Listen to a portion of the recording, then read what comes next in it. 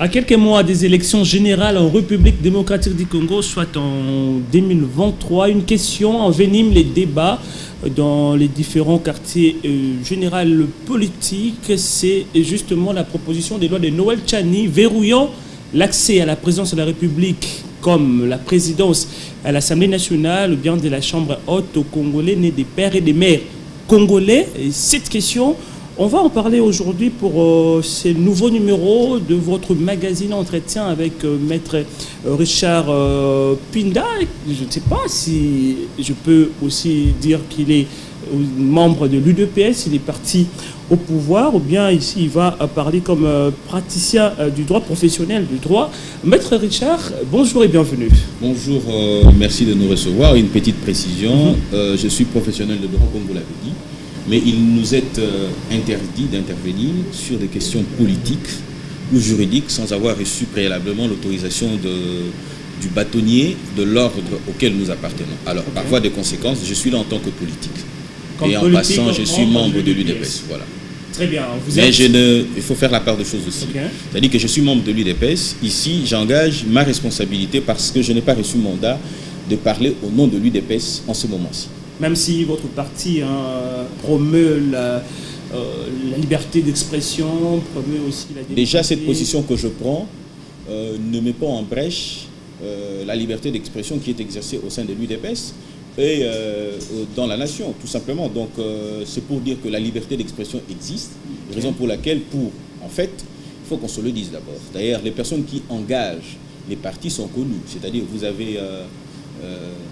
le président Aïcha Markaboun, vous avez le secrétaire général, et vous avez le secrétaire général, c'est-à-dire Lucien Kabouya, et vous avez le porte-parole du parti. Et qui ont les autres en tant que, excusez-moi, c'est-à-dire, oui, c'est-à-dire que la vision, la politique du parti, elle est définie par cela.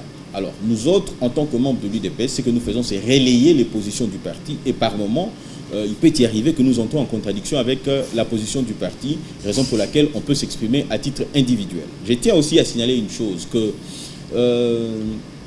l'UDPS n'a pas pris position par rapport à cette loi. Vous avez le secrétaire général, s'il vous plaît.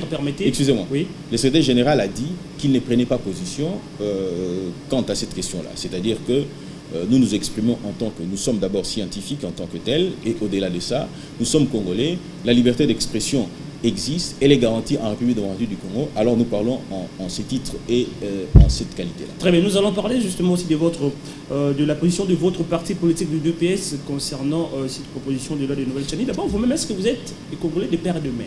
Je suis Congolais de père et de mère. Parce que c'est devenu en vogue. Congolais de père et de mère, oui. Je suis Congolais de père et de mère. De grand-père, d'arrière-grands-parents, d'arrière-arrière-arrière-grands-parents. Et votre lecture de la proposition de Noël Tchani, alors que les autres textent cette initiative de diviser le pays, de diviser les Congolais, alors qu'en ces nets moments, on a besoin de la cohésion nationale et le chef de l'État en a aussi besoin pour sa politique. Bon, je voudrais d'abord qu'on se mette d'accord sur certaines vues. C'est-à-dire que nous n'allons pas... divaguer dans notre façon de voir les choses. D'abord, nous partons du principe qu'il ne s'agit pas de la congolité avec cette loi. La proposition de loi que Noël Tchani prône ou défend n'évoque pas la question de la congolité. Elle évoque, oui, je m'explique. C'est-à-dire qu'elle évoque seulement certaines restrictions à ceux qui doivent accéder à la fonction régalienne. C'est-à-dire souveraineté, c'est-à-dire que vous avez la présidence de la République, vous avez le président de l'Assemblée nationale, vous avez le président du Sénat, vous avez les ministres de la Défense, Intérieur, vous avez le ministre des Finances, vous avez le ministre de la Justice. Ce sont des fonctions régaliennes qui, en principe, doivent être exercées par le Congolais. Je veux m'expliquer pour dire ceci. Ce qui est vrai, ce que nous devons retenir, c'est que c'est une loi... comment dire... c'est une loi discriminatoire et d'une discrimination positive. Je m'explique. Elle n'est pas la seule. Lorsque vous entrez par exemple dans la Constitution, on parle de l'égalité de sexe, c'est-à-dire on parle de la parité, égalité de chance, égalité de tout ce que vous voulez, ainsi de suite, tout ça entre hommes et femmes. Mais curieusement, vous allez vous rendre compte d'une chose, que dans la pratique, on accorde à la femme 50%. Mais c'est du favoritisme, si on doit prendre ça comme ça. Ok? C'est-à-dire on favorise la femme. Et chez nous, ici, on a encore, avant d'accéder à 50%, on est encore à 30%. On dit il faut y aller petit à petit et s'habituer. En fait, c'est une discrimination. Pourquoi? Parce qu'on dit déjà tel quota est réservé aux femmes. Et pourtant, hommes et femmes devaient compétir. Parce qu'il y a des femmes plus compétentes que les hommes, que certains hommes.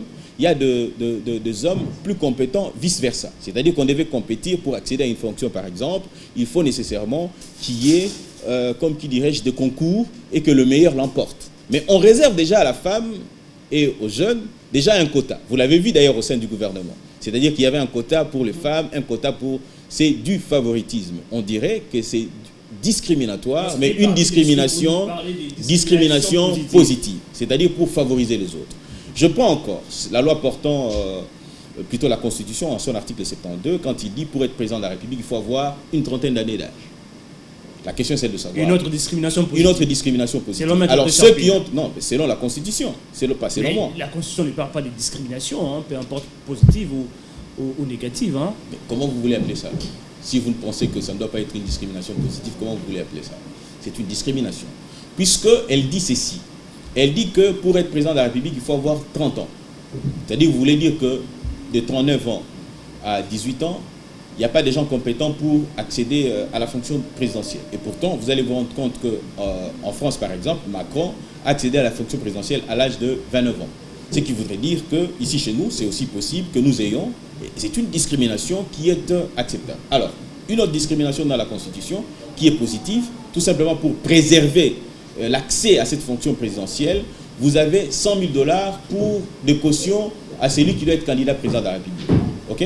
Vous n'allez pas demander à quelqu'un qui n'a pas un franc de devenir président de la République, mais ça serait beaucoup plus pour s'enrichir à titre individuel que de le faire pour l'intérêt général. C'est pour préserver en fait ces fonctions-là, que n'importe qui n'y accède pas. Alors, sous d'autres cieux, on dit il faut préparer les gens à ça. Alors, Noël Tiani vient à dire, écoutez, au lieu que ce soit que le Congolais d'origine, ok, il faut faire en sorte que ces Congolais soient des pères et des mères. C'est quoi l'avantage? L'avantage, c'est que, d'abord, nous prenons la position géographique de la République démocratique du Congo. Ok, cette position géographique voudrait que Congo soit, le Congo, la République démocratique du Congo soit, partage ses frontières avec 9 pays. C'est-à-dire que quand je suis sur Kinshasa, je vois Brazzaville de l'autre côté, c'est-à-dire qu'on peut avoir des enfants d'un Congolais et d'un Brazzavillois, on peut avoir la même situation en République centrafricaine, en Angola, on peut avoir la même situation en Zambie, au Congo, au Rwanda, et ainsi de suite. Okay?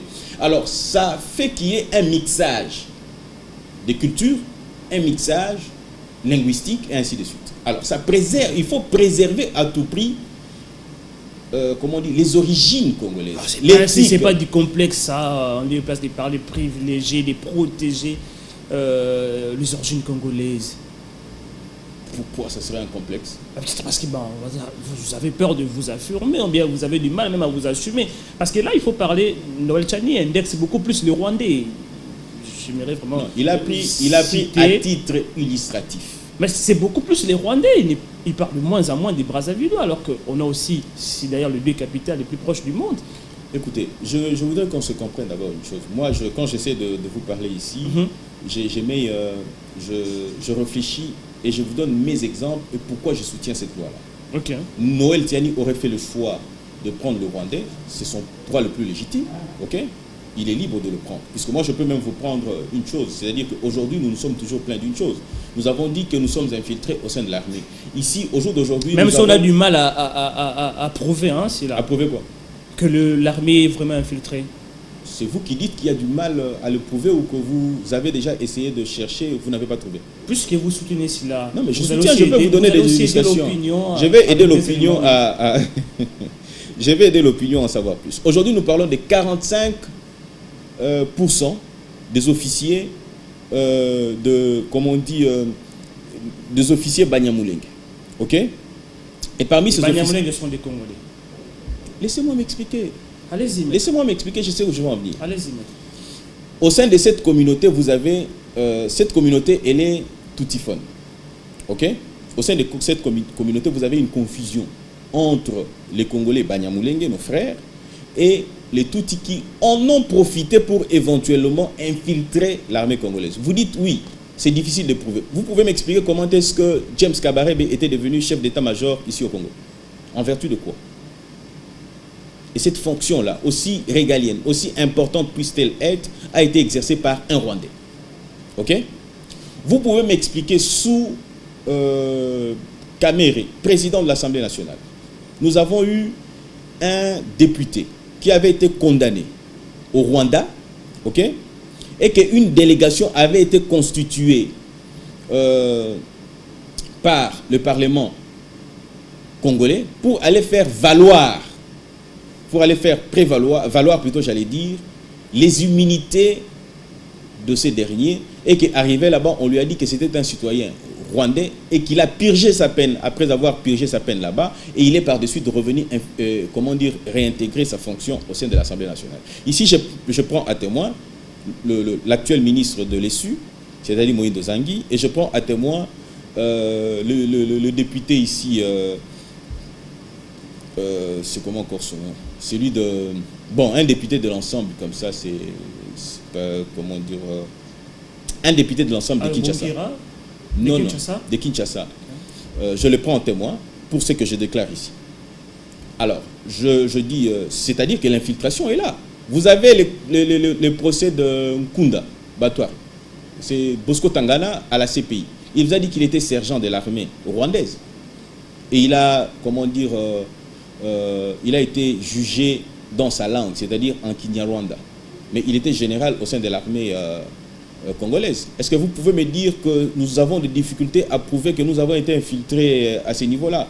Vous avez eu un ministre qui se retrouvait pris dans le sextape et tout ce que vous voulez, ainsi de suite. Ça, par de suite, il est allé présenter les civilités au Rwanda. Et aujourd'hui, il est, comment dire, il est aux États-Unis.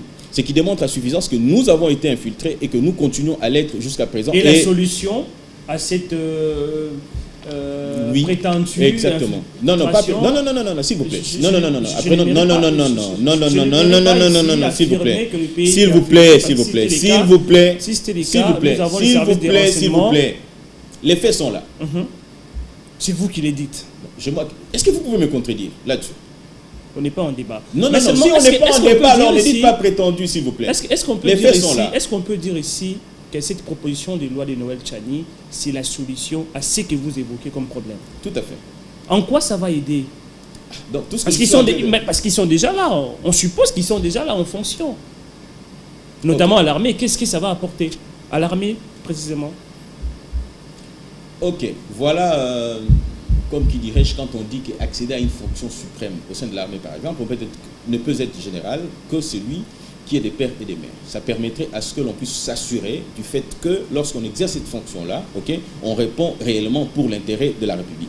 Je vous ai pris, avant de commencer ici, j'ai commencé, disons avant le début de cette émission, je vous ai pris une illustration. J'ai dit, au jour d'aujourd'hui, nous sommes butés à une difficulté. C'est-à-dire que la République démocratique du Congo, représentée par son chef de l'État, c'est-à-dire Félix Tshilombo Tshisekedi, Antoine Félix Tshilombo Tshisekedi, il veut à ce que son État, c'est-à-dire la République démocratique du Congo, ait le siège non permanent du Conseil de sécurité des Nations Unies.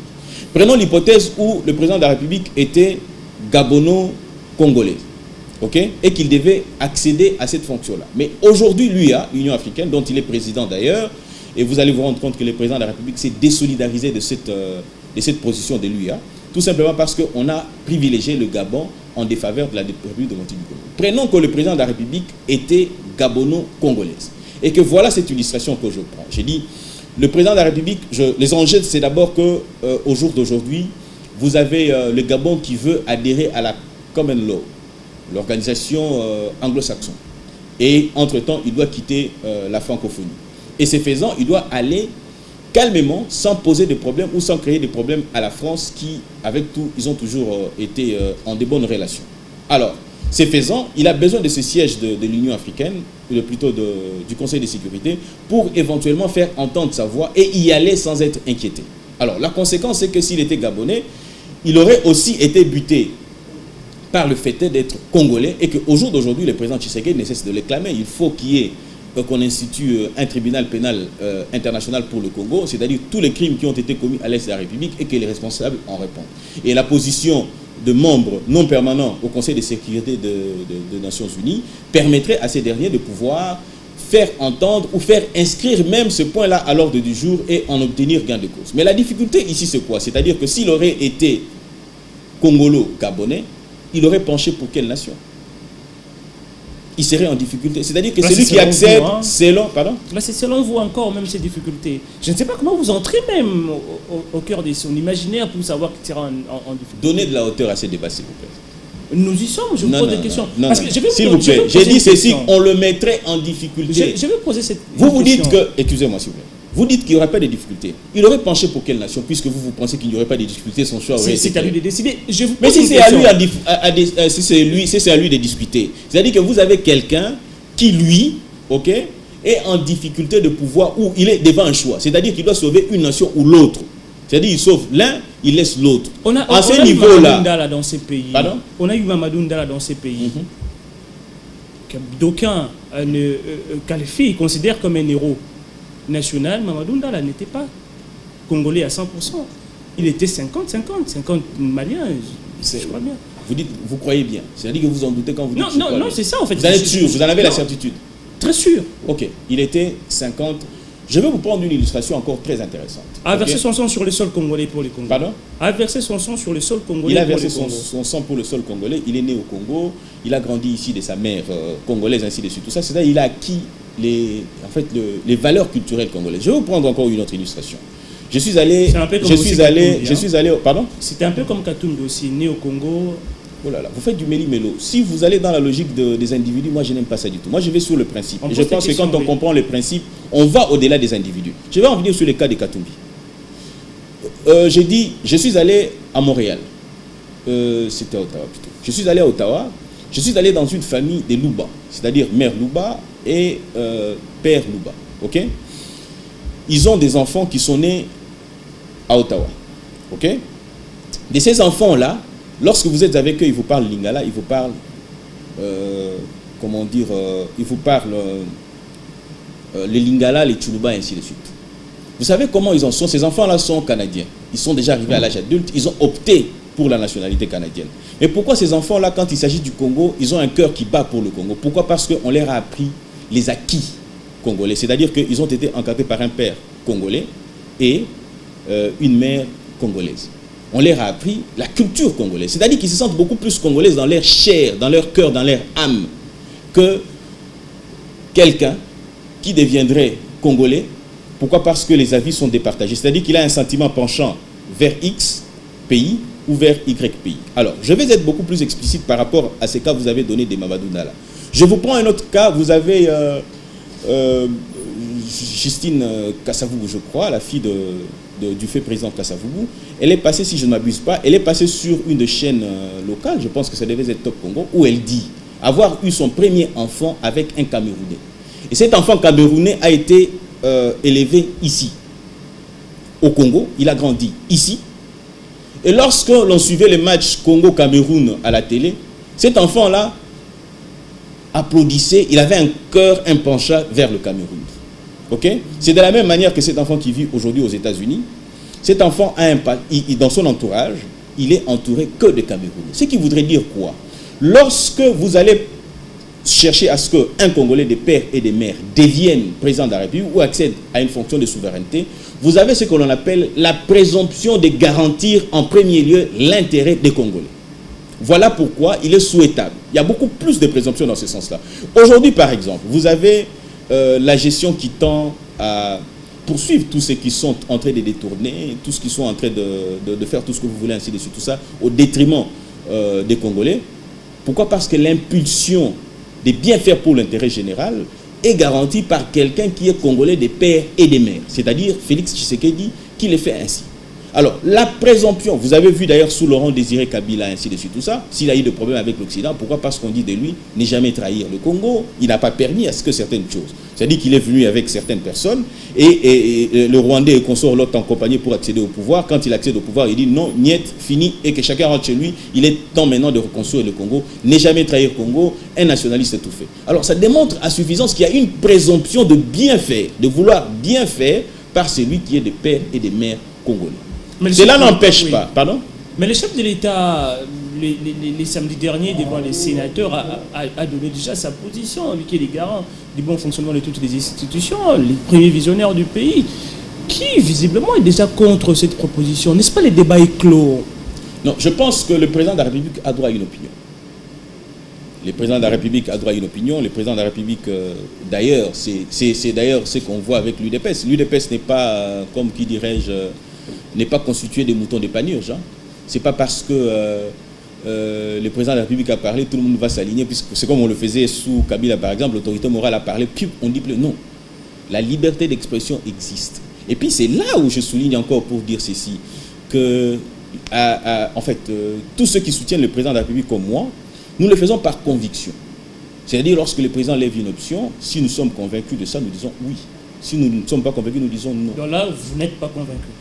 Non, je ne suis pas convaincu de l'argument qui a été présenté par le président de la République. Puisque le président de la République, vous sentez qu'il est beaucoup plus dans la logique de la double nationalité, que je soutiens aussi.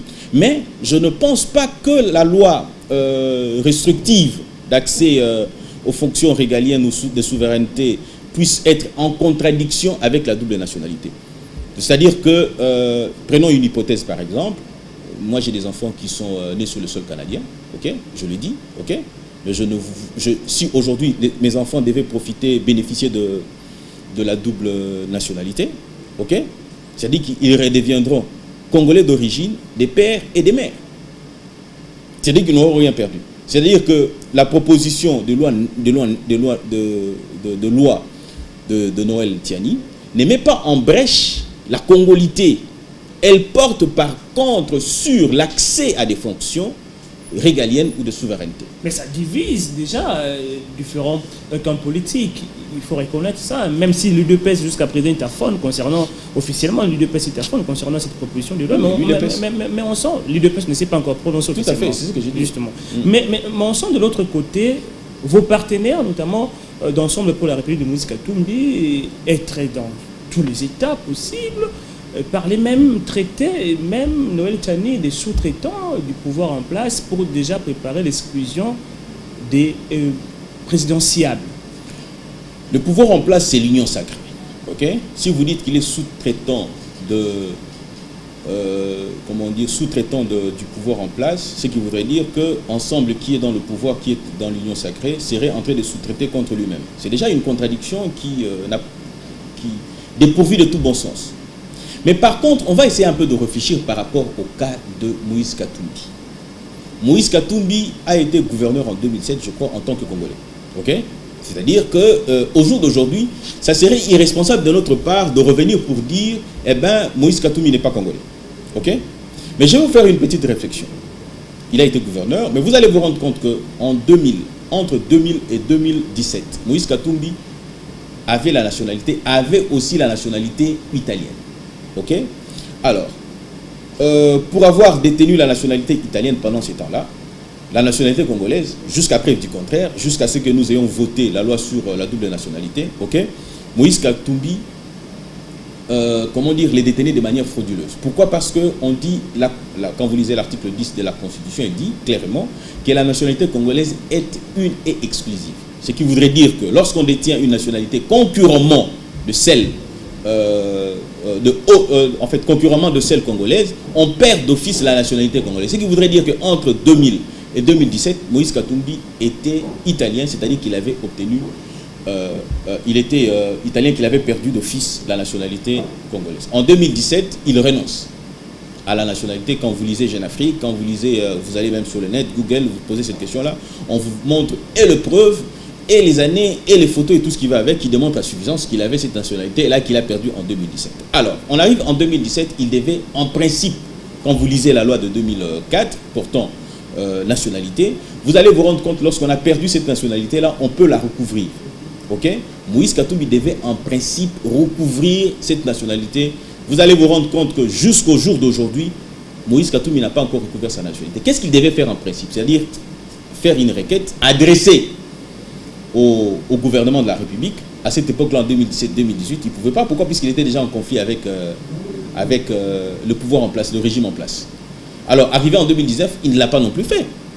En 2019, Peter Fram va plaider pour qu'on lui donne le passeport et qu'il rentre au pays, puisqu'il ne pouvait pas se déplacer.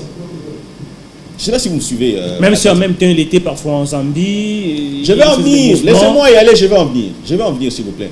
Même s'il pouvait, pour se déplacer, il fallu qu'on lui remette le passeport congolais. Okay? Mais avant qu'on lui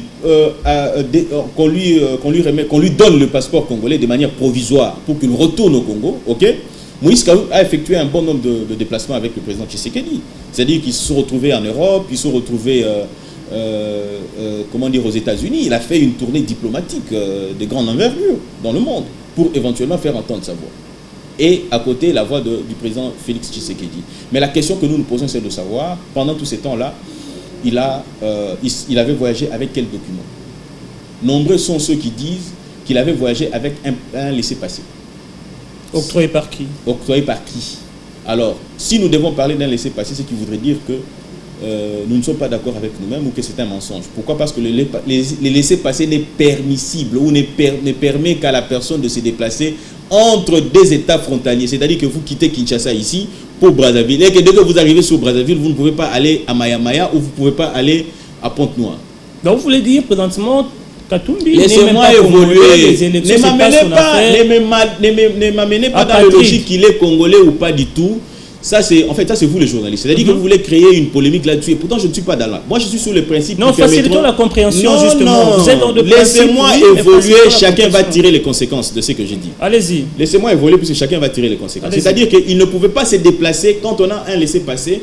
On ne peut pas arriver à Kinshasa et se retrouver abandonné. Non, pas du tout. On vous arrêterait. Le laissez-passer ne vous permet que d'évoluer sur un territoire bien limité. C'est le cas de Moïse Katumbi, qui l'on prétend à s'être déplacé, s'être déplacé avec un laissez-passer, ce qui est impossible, puisqu'on ne peut pas quitter Londres où il était, ou l'Afrique du Sud où il était, pour les États-Unis, ainsi de suite. C'est impossible. C'est impossible. Vous voyez ça? C'est déjà ceux qui le disent, en tout cas, à mon entendement, je pense qu'ils sont en train de raconter des histoires. Ça, c'est un fait. Et je vous prends... Jusqu'à aujourd'hui, aucune requête n'a été adressée au gouvernement pour que Moïse recouvre sa nationalité. Il n'a pas encore tout ce que nous pouvons demander, sa nationalité congolaise. Tout ce que nous pouvons demander à Moïse, c'est de respecter les lois de la République. C'est-à-dire qu'il recouvre d'abord, pour que cette question-là les concerne, qu'il recouvre d'abord la nationalité congolaise par une requête, déclaration, et ensuite voir si il peut être candidat ou pas du tout pour que les amis de l'ensemble évoquent cette question-là. Mais il a encore un passeport, j'imagine, parce qu'il continue à voyager. Avec quel passeport? Parce que l'ancien passeport, c'était provisoire. On peut dire quelque part aussi complicité avec le pouvoir en place. J'ai dit à l'entrée du jeu qu'on lui a remis à titre provisoire. Jusqu'à présent, ces passeports provisoires continuent à être utilisés. Vous connaissez la validité de ce passeport-là? Il est là. Il a un passeport. La validité, on parle de... Ça a été livré en 2019. Il est revenu au Congo. Généralement, c'est pour 5 ans. Je pense que son passeport doit être... Un passeport provisoire peut avoir la même durée que des passeports aussi, disons, normaux. Donnons de la hauteur à ces débats. Non, c'est une question, parce que si c'était provisoire, posons-nous, parce que c'était justement, il faut dire... J'ai dit ceci, les passeports lui a été remis à titre provisoire, c'est-à-dire pour qu'il vienne ici. Okay. Vous connaissez la durée d'un passeport remis à titre provisoire? Pour le besoin de la cause. C'est-à-dire le gouvernement va prendre certaines dispositions. Okay. C'est-à-dire qu'il écrit, il dit venez, ceci c'est juste pour vous permettre de se déplacer, de retourner dans votre pays, à titre provisoire. Mais cela n'est pas un octroi de la nationalité ou de recouvrement de la nationalité, puisque la loi portant statut de la nationalité voudrait à ce que l'on recouvre sa nationalité soit par une déclaration ou par une requête du gouvernement. Est-ce que vous avez une requête, par un décret du gouvernement? Est-ce que vous avez un décret ou une requête, un décret ou une déclaration du gouvernement qui, comment dire, qui autorise l'octroi ou le recouvrement de la nationalité à Moïse Katumbi. Vous ne l'avez pas. Donc, Moïse Katumbi n'a pas encore recouvert sa nationalité. Et j'insiste pour dire que, en fait, c'est vous aussi la presse. C'est-à-dire vous amenez dans la logique de la question de la congolité, et pourtant cette loi ne porte pas sur cette question de la congolité. Cette loi porte sur la restriction à l'accès aux fonctions de souveraineté ou régalienne de la République, tout simplement. Mais comment elle sera aussi mise en place? Quoi ça? La proposition de Noël Tchani. Parce que là, il faut reconnaître que Moïse Katumbi a aussi un poids considérable à l'Assemblée nationale. On parle de chiffres. Un certain nombre aussi de députés nationaux. N'est-ce pas? Il y aura encore des blocages. Moïse n'a pas de députés à l'Assemblée nationale. Non, non, non. Moïse n'a pas de députés à l'Assemblée nationale. C'est l'ensemble pour la République qui a de Moïse Katumbi. De Moïse Katumbi. Voilà ce que nous devions faire, nous, en tant que Congolais. Nous devons cesser de faire, comment dire, de rattacher notre combat pour la République aux individus. Le président de la République s'est prononcé. Ok? Il a dit, il a donné sa position. Moi, je tiens une autre position. En fait, c'est le bien d'avoir été un Tshisekediste, ou d'être Tshisekediste, c'est d'avoir été à côté de cet homme-là. C'est-à-dire, on a appris la liberté d'expression, la liberté de penser. Nous accompagnons la vision, le peuple d'abord, mais lorsque une position est prise, nous disons non. Vous savez, avec la loi Sakata et Minako, lorsque la population est sortie dans la rue pour dire non, le président de la République s'est retiré. C'est-à-dire que la liberté d'expression existe maintenant. C'est-à-dire que nous pouvons, le président de la République peut prendre une position, moi je prends une position contraire. Ce n'est pas pourtant que je ne suis pas dans la logique du peuple d'abord. Je suis dans la logique du peuple d'abord, mais j'ai fait entendre ma voix autrement. C'est comme maintenant, j'ai dit, je soutiens cette loi-là, malgré que le président de la République a donné une autre position. C'est de cette même manière-là que nous devrions faire, que nos amis de l'ensemble doivent faire. Vous pensez qu'au sein de l'ensemble, seul Moïse est compétent pour devenir président de la République, candidat président de la République ou être président de la République? Si la compétence ne peut que se résumer à seul Moïse Katumbi, le Congo n'avancera pas. Sous d'autres cieux, comment on fait? Je vous prends avec Dominique Strauss-Kahn en France, par exemple. Lorsqu'il a été pris dans un scandale sexuel, ainsi de suite, tout ça, ok? Mais les socialistes, ils ont pris un autre candidat, Hollande, ils l'ont présenté et ils ont continué le combat. L'essentiel, c'est le combat qu'il faut préserver. C'est le combat qu'il faut, comment dire, acheminer à bon port. Mais lorsqu'on s'attache aux individus, on perd même l'essence de la nation. La nation, c'est au-delà des individus. Nous, individus, nous avons une durée de vie limitée. Ok? Mais la République restera à jamais, puisque certains, ceux qui sont nés en 1960, aujourd'hui ne le sont pas. Pourquoi? Parce que la vie a décidé à ce que ces gens-là meurent. Mais la République continue. Alors, lorsque nous défendons les valeurs, ok? Oui, Moïse Katumbi, au nom de la République, au nom de l'intérêt supérieur de la nation, ok, il peut dire, bah, écoutez, moi comme je ne suis pas éligible et tout ce que vous voulez, ainsi de suite, tout ça, mais je propose une autre personne. Ainsi, la nation irait de l'avant. Vous voyez? Puisque la nation, je risque de me répéter pour dire, la nation doit vivre au-delà des individus. Il faut permettre à la République démocratique du Congo de fonctionner sur base des principes. Les conseils que je donnerai à nos amis de l'ensemble, si Moïse est inéligible, ce n'est pas le seul qui est connu. Vous avez Olivier Kamita, qui n'est pas moindre aussi. Ah ben on lui poserait le même problème de tout ce que vous voulez. Parce que lui aussi... Ben oui, on lui pose... Bon, écoutez, vous avez... et dans les mêmes registres selon vous. Ils sont... Vous avez... José Lundo aussi peut faire ça. Vous avez... n'en faites pas un problème de métisser de couleur de peau, non. Les métissages... Non, là, vous qui... Les métissages, hein, les métissages n'est pas que de peau, de couleur Tintin, tout ça. Non, pas du tout. Les métissages, c'est aussi un Mukongo qui se marie à un Moulouba. Les métissages, c'est aussi un Mouzombo de l'Angola qui se marie à un Congolais. Et nous, on peut faire aussi un bon candidat à la présidence hein, pour le compte d'ensemble. Je ne veux pas dans la logique des polémiques sur les individus, ça je n'aime pas du tout. Okay? Moi, je suis un scientifique. Puisque vous conseillez ensemble pour la République, oui, d'avoir un autre candidat. Ils peuvent prendre le type de... Francis Kalombo. Pourquoi pas?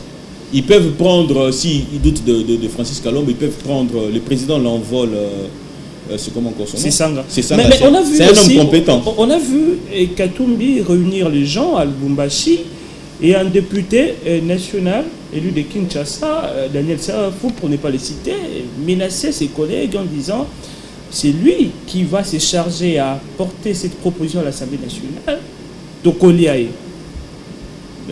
Votre réaction? La question que vous me posez là, c'est pour ma polémique. Non, mais je vais répondre et laissez-moi, je vais réagir à cette question-là en mettant de côté la polémique. Je vais dire ceci. Le rôle, j'ai l'impression qu'on ne connaît pas le rôle d'un député dans ces pays où Daniel Safou ne le connaît pas. Un député, il a beaucoup de pouvoir. C'est-à-dire que quand la loi va arriver à l'Assemblée nationale, c'est à ce moment-là que les députés alliés, proches de l'ensemble, peuvent éventuellement soit la rejeter, soit l'accepter. Ok? Son rôle, c'est de ne pas bouffer ses collègues. Son rôle à lui, c'est de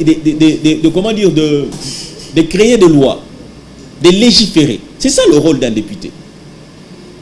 Raison pour laquelle j'ai dit, le conseil, puisque vous me l'avez demandé, je demande à Daniel Safou, dont je me réserve d'appeler honorable, je demande à Daniel Safou de retourner à l'Assemblée nationale, d'attendre que les députés qui vont porter cette loi, et éventuellement de porter des corrections à cette loi-là.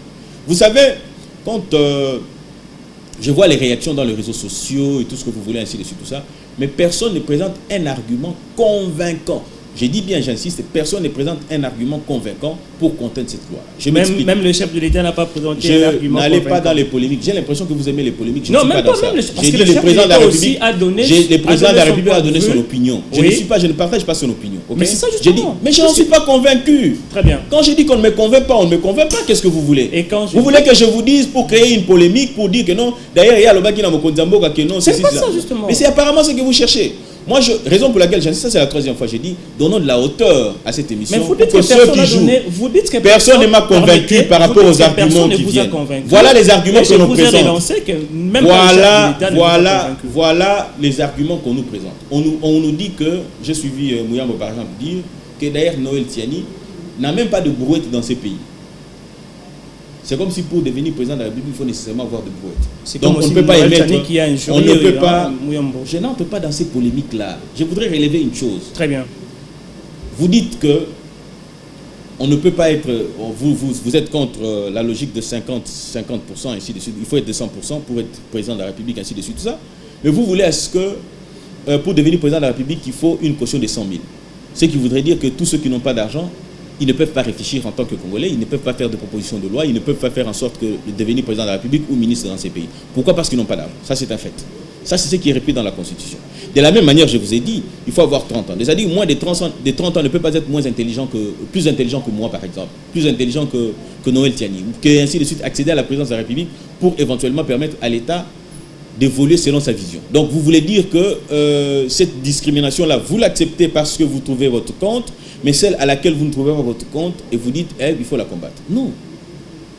Il faut qu'on se le dise. Les débats des individus pour dire que non, il n'a pas en fait, il n'a même pas une brouette, il est un prédateur sexuel et tout ce que vous voulez, ainsi de suite. Ça. Moi, personnellement, je ne m'intéresse pas. Puisque je sais qu'il y a un bouclier de la société, c'est-à-dire que les lois de la République sont là. Éventuellement, s'il se comportait en prédateur sexuel et tout ce que vous voulez, ainsi de suite, ça, il devra en répondre de ses actes. Dernière question, maître. Cette proposition de loi, n'est-ce pas quelque part, ça énerve la Constitution qui consacre à tout Congolais ces droits-là, ces privilèges d'élire et d'être élu? Pas du tout. Je vous ai dit qu'il y a ce qu'on appelle une discrimination positive. À peine ici, je vous ai donné une illustration pour dire celui qui a moins de 30 ans, il peut devenir président de la République. Nous avons en France un cas pareil. Ok? D'ailleurs, Joseph Kabila est devenu président de la République à l'âge de 29 ans, curieusement. Ok? C'est-à-dire s'il a pu gérer pendant 18 ans, c'est-à-dire que quelqu'un d'autre de 29 ans peut faire pareil, ou de moins de ça, ou de 20 ans même. Il y en a de ceux qui naissent déjà à l'âge de 18 ans. Il est plus mature qu'un garçon de 50 ans, ou qu'une femme de 50 ans, par exemple. Tout simplement parce que soit il a été encadré d'une certaine manière, soit il a une intelligence, ou qu'il est sourd-doué, tout ce que vous voulez, ainsi de suite, tout ça. Alors ça ne contrarie pas. C'est-à-dire que c'est de la même manière qu'on veut que ce soit 100 000 $ pour devenir, de caution pour devenir candidat président de la République, de la même manière qu'on exige aussi que celui qui accéderait à la présidence de la République puisse éventuellement être des pères et des mères. C'est une bonne proposition. À mon entendement, que je soutiens. C'est une bonne proposition. Même si ça va aboutir aussi à retoucher la Constitution quelque part. Mais on va retoucher la Constitution pour la double nationalité. On va retoucher la Constitution pour quitter le un seul tour que nous avons ici au détour. On va toujours retoucher la Constitution. Merci beaucoup, Maître Richard Pinda, membre de l'UDPS, mais également professionnel des droits. Oui. Merci surtout à vous, amis téléspectateurs, pour votre marque de fidélité. C'est parti que se termine ces numéros d'entretien et les prochains rendez-vous, c'est donc à très bientôt. Au revoir.